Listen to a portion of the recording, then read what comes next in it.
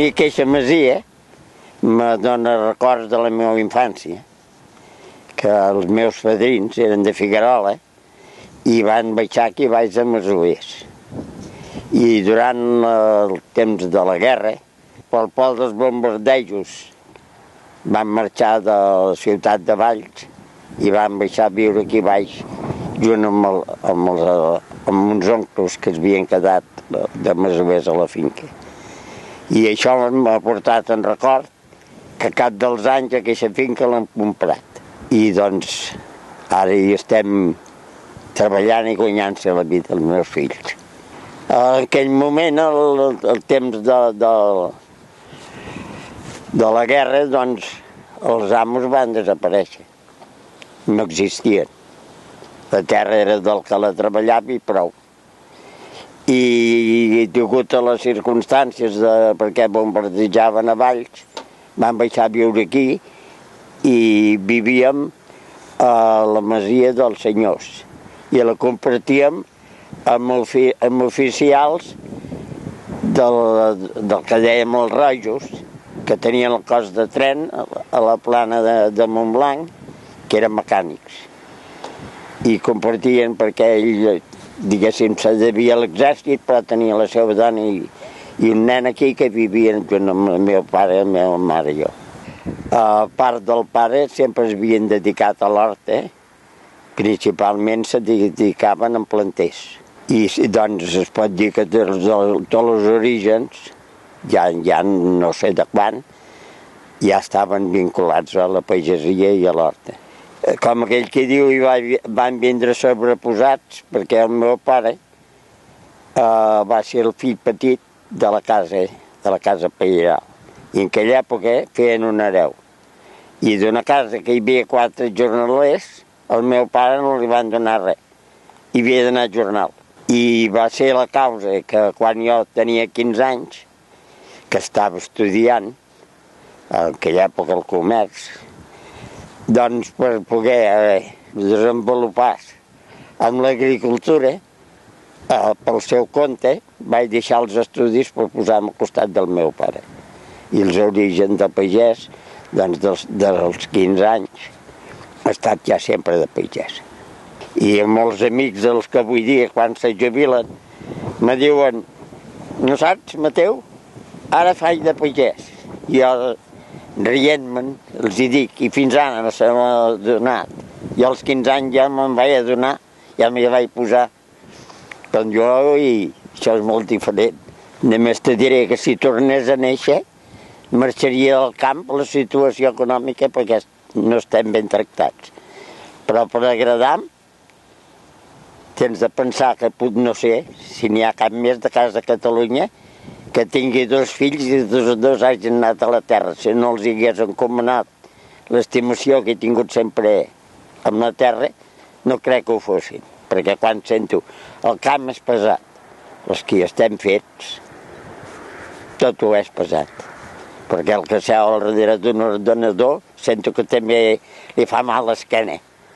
I un altre diuen que el treball és mitja vida, però poder entrar a l'altra mitja. A Valls, una cosa és les calçotades com se fa avui. Però jo recordo que abans de la guerra, que tenia 6 o 7 anys, ja anàvem a fer la calçotada. No era com avui. S'atipàvem de ceba, salsa de calçots, però al darrere només un tall de carn, que no donava per comprar més, i al darrere una taronja. Perquè anys darrere, principalment la pagesia, vivia a casa tot el que collia.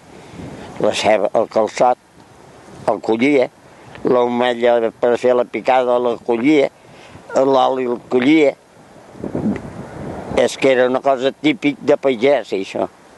Després ha vingut, doncs, que poder, gràcies, hem de donar gràcies perquè s'ha pogut desenvolupar i poder ara fem grans quantitats, perquè el que fèiem aleshores amb ara no té comparació.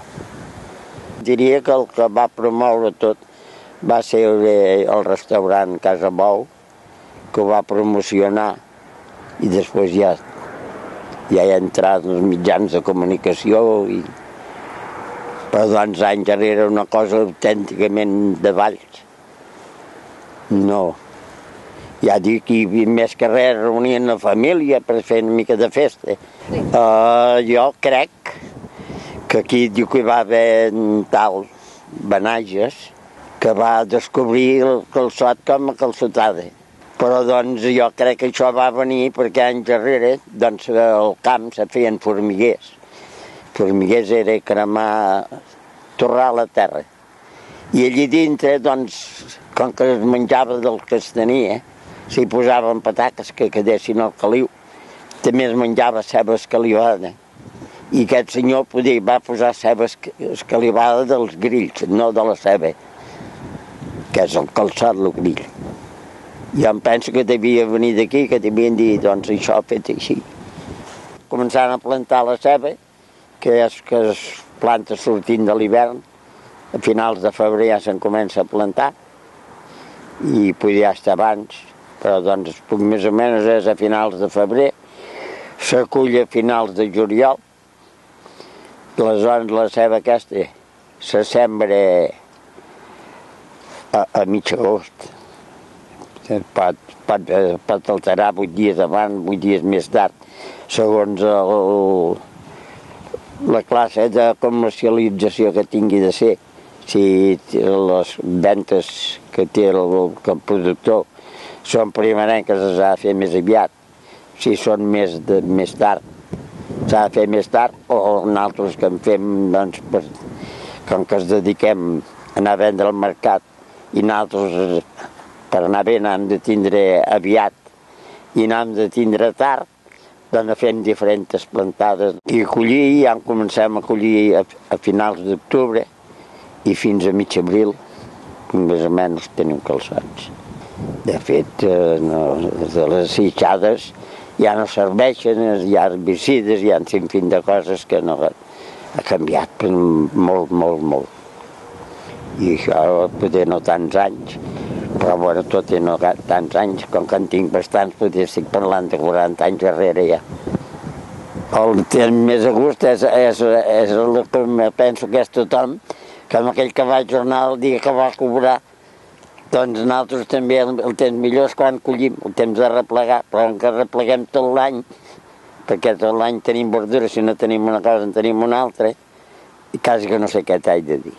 Si vols servir bé, hi han d'estrio, perquè no tots, és com uns germans, que n'hi ha, tot i siguem diversos germans, a vegades no s'assemblen. Doncs amb una mota de calçots, que poden sortir 8-10 calçots, sempre n'hi ha un que està més gras que un altre. I si és massa prim, doncs no serveix per anar al foc. Veig que el problema serà de comercialitzar, perquè som una zona que n'hi ha grans produccions. I els comerç, doncs veig que el comerç petit va anant caient, que s'ho mengen les grans àrees superficials, i també es menjaran, doncs, que si no és una zona que sigui completament tot en quantitats grans, que les cooperatives o medis de mercats siguin més assequibles, no els hi veig gaire per vindre. Avui dia es per dir que la venda de proximitat, no sé fins a quin punt arribarà això, però veig que va molt a poc, perquè estimo el camp i perquè doncs m'hi he dedicat i els meus fills també ho fan i poder alguna més d'experiència que ells la tinc. I després, perquè doncs que ells ja han pujat amb mi, que no els he deixat mai, també no treballo com ells, perquè això era cal dir, però doncs també me sento amo, com si fos per mi. I això doncs te dona una estimació més encara a la terra. Físicament no prenc cap medicament i a l'edat que tinc doncs me penso que és perquè hem bellugut dintre el camp i encara ni que no faci i es pot dir res, doncs no paro. I això em dona vida, me penso.